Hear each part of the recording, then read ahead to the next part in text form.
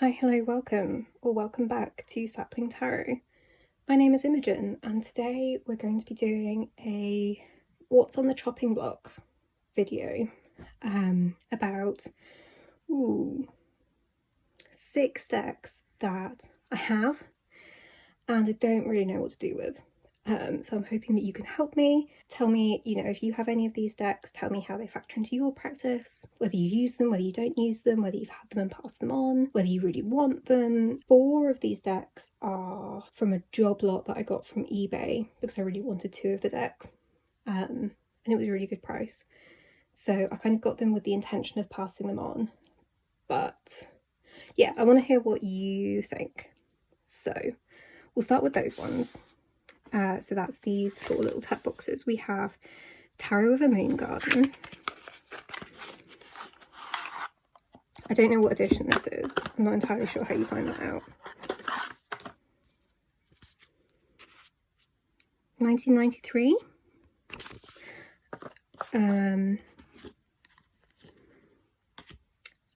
I know that some people really love this deck. Oh, that's interesting cardstock. Yeah, I haven't even cracked these 4 open yet. That is sticky glossy cardstock. So yeah, I know that some people really love this deck and it's quite highly prized by some people. I don't know stuff about editions, that's not my world. So yeah, so I don't know if this is never been used or if they just put it back into order before they sent it to me. I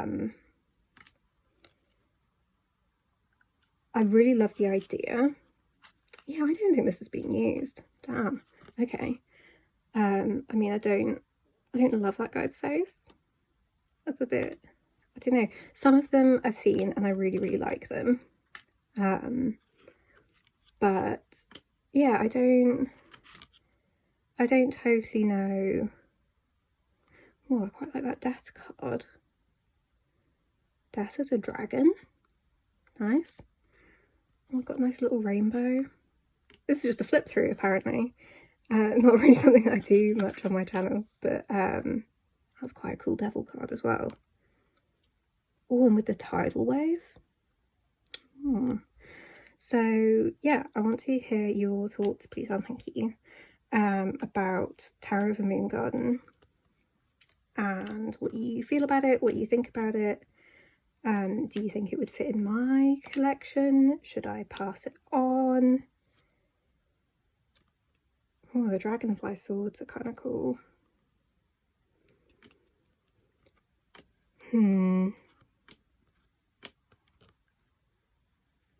Yeah, I don't know. I really like the colour palette. I quite like that it feels a little bit like Arthurian. Kind of that medieval sort of way of drawing things. It does seem very white and thin. But there is something kind of historical, I like the unicorn. If you saw, what video was it where I went through my old fairy tale books? But yeah, it kind of reminds me of those sort of things, but then also there are just some cards that I don't know, they just kind of annoy me. So I could trim it. What the back's like? Back's really pretty. Is that reversible? It's reversible.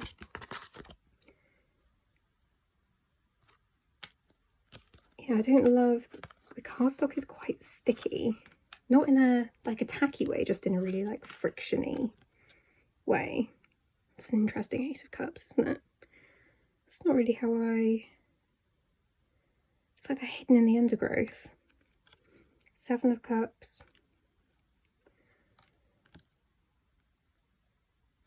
Yeah, there is something that's very fairy tale about it,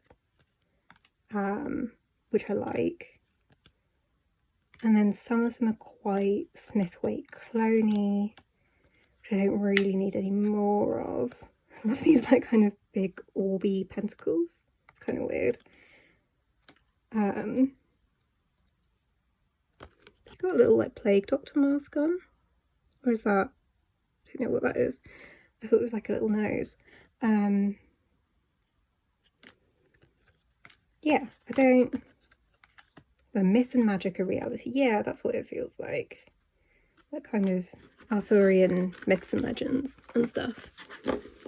So yeah, I think this might be quite a quick video, she says. So yeah, that's number one.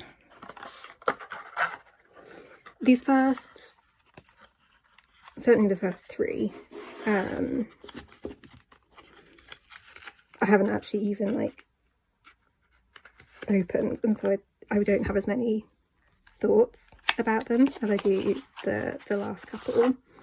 So this is Tower of the Sweet Twilight, which I didn't really have any interest in, and then I saw, right, we're back with a cup of tea and a piece of flapjack. I had every intention of passing this on, and then I saw Cassandra, as Riffle in Time, had trimmed and edged hers in this like seafoamy minty green.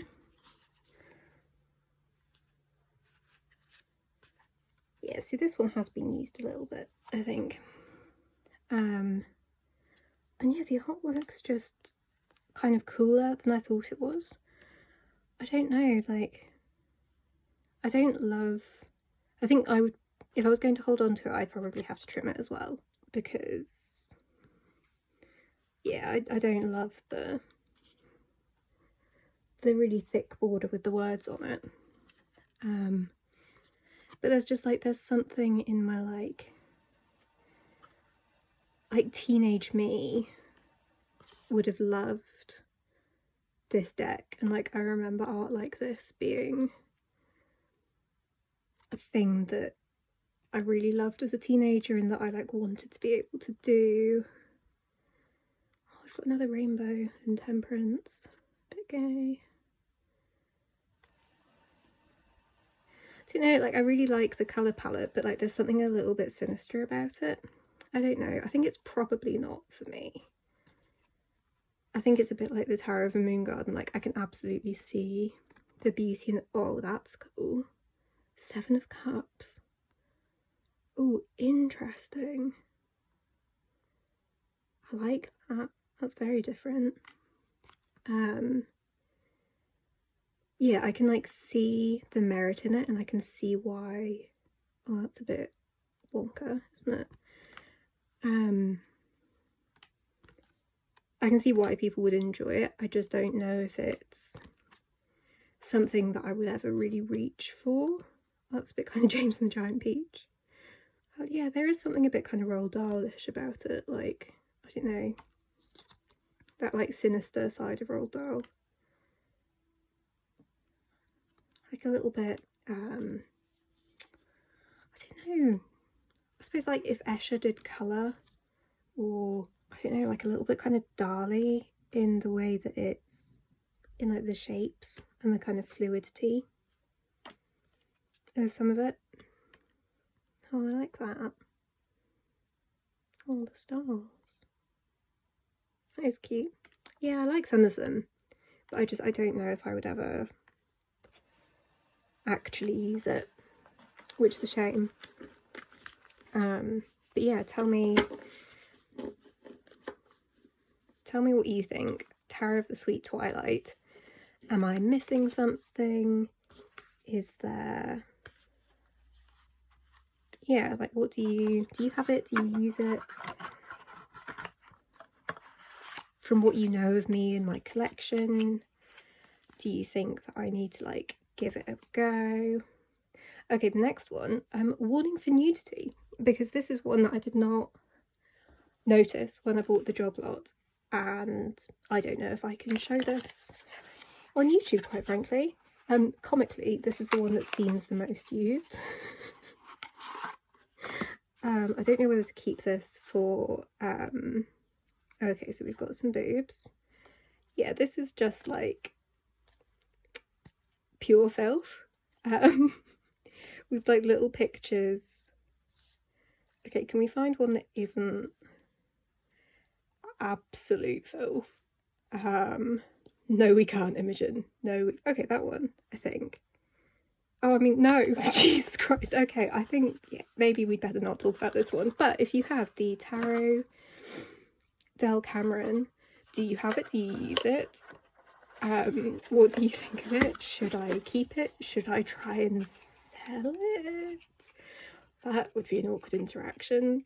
Or is this just something that's going to like languish in a corner? Should I use it for like craft projects? I don't know. Yeah, and then the last one from that job lot was another copy of the original Rider-Waite tarot deck, which I do already own. So I don't really know what to do with it. Has this also not been used, maybe? Interesting. Yeah, I like the colours in this more than I used to. I used to find it really distracting because the lines are so thick and the blacks are so dark. So yeah, like finding the detail in that, I find that a bit like tricky from a visual processing perspective. But I revisited it in my tarot and perfume video. And I do like the colours more than I thought I did. I do find the yellow a little bit obnoxious. But yeah, so do I mean, if I tried to sell it, would anyone buy it? Is this like a I give it to a charity shop kind of thing? Because these are just everywhere. Do I keep it and use it for like craft projects? Should I like chop it up? Or like, is there something interesting? Like, what would you do with an extra? I've also got these like, I think kind of ugly backs. Yeah, what would you do with a spare Smith-Waite tarot deck? Okay, so now we're on to the ones that I have like stronger opinions on because I've had them and used them for a while. These are both things that I'm really like sad about that I don't use them. So this is the mass market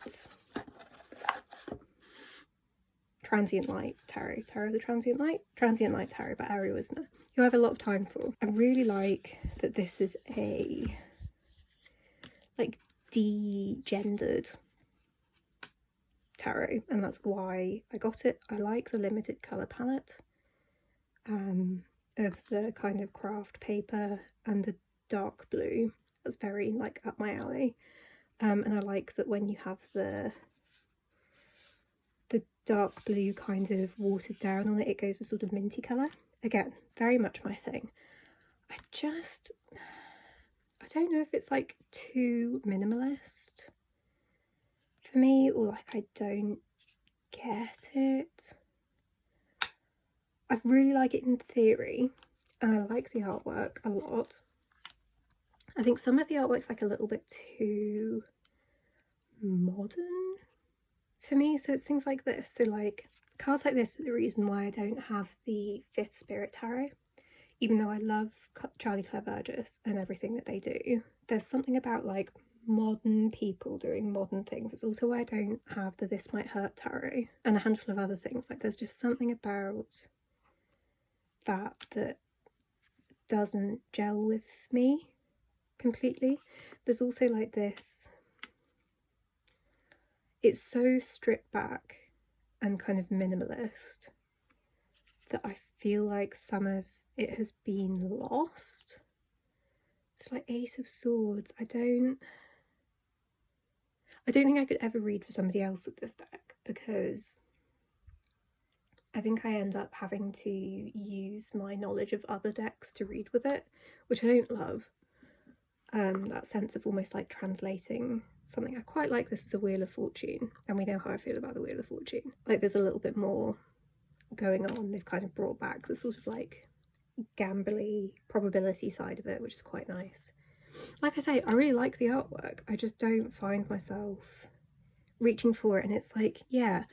So this, I think, really shows like quite a Smith-Waitey Four of Wands, like home and celebration and, you know, all of that kind of like nice stuff. I think that's conveyed really well even in quite a stripped back image. This 5 of coins, I mean, a broken necklace. I don't really get any of the Five of Coins. The book has like little poemy things for each of them, which is really nice. But then also there's like, it's that kind of modern thing where I'm just like, oh, this is going to age really badly. I don't know, like, it's not going to age badly in like a problematic way, just in 10 years time, am I going to understand these references? Do people now even understand these references? Like, I think Ari Wisner's probably like of an age with me, maybe like a little bit older. And I don't know. There's something, I wonder if it's because this is the mass market edition, I wonder if this is something that like publishers try and get people to do, is like to make it sort of a bit like down with the kids and like use sort of trending language and stuff, particularly if you're, you know, they probably feel very cool and subversive to be doing kind of like a genderless tarot, and so they probably feel like they need to be, I don't know, pushing, I don't know. I really want to like it. I do like it. I really want to use it, but I just never ever reach for it, ever. There is one, I think that's quite a cool magician card, but again, it doesn't really tell you anything. There is one that I really want to show you though. If you've not seen this deck, you may well have done. It's like the indie deck was really popular, and I'm sure that the mass market's doing really popular. I don't see it loads on TarotTube, but yeah, I like that as a Three of Cups. I mean, I probably see it more as a Three of Pentacles in that sort of way of like working together, but I just think it's a really cute image. Yeah, I mean, what? Yeah, I don't know, it's just one of those decks where it's like some of it feels like a really cohesive vision, and then other cards I'm like, you missed a chance to do something either really cool or really clear. So yeah, what would you do? What would you do with that one? And then the final one is the one that I'm probably saddest about, and this is like for a totally different reason. Like, I kind of can't use this deck from like, I mean, these decks, it's two decks in one. It's the light side of the card and the shadow side of the card, but then you can read each one reversed, and so it's like this very like four-dimensional version of the tarot. I just find them really hard to read from this, like, I know I've already talked about it, but like from this kind of visual processing, my eyes just can't. I mean, even my camera is like struggling with some of these patterns. Even with all the negative space, it's I love the artist so much. Andrea Aste has done a number of workshops with Tabby. I really rate him and his artwork. Where did I get up to? I got up to Justice with the giant boobs. There we go. But I just like, I have to kind of keep focusing and refocusing my eyes to see what's happening in the picture. And I just like,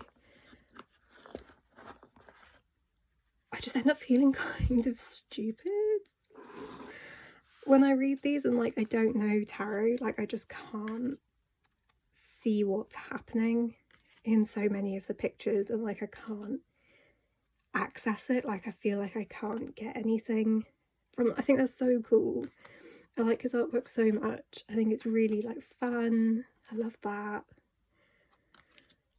It's just, I don't know, there's something, it feels very much like a it's not you, it's me kind of thing. Whereas this one feels a bit more, actually it's not me, it's you. Like, I so desperately want it to be more aligned with what I want from a tarot deck than it actually is. Whereas this, I just feel like I can't read tarot when I read this. and that makes me sad. But yeah, it's all these like wiggly lines, which I love as like an artistic style. I think it's really cool and kind of harks back to all sorts of different, well, it's a different texture. What's happened to that card? It's really weird. Can you see that? Like compared to the... Anyway, yeah, I just feel like I can't see it.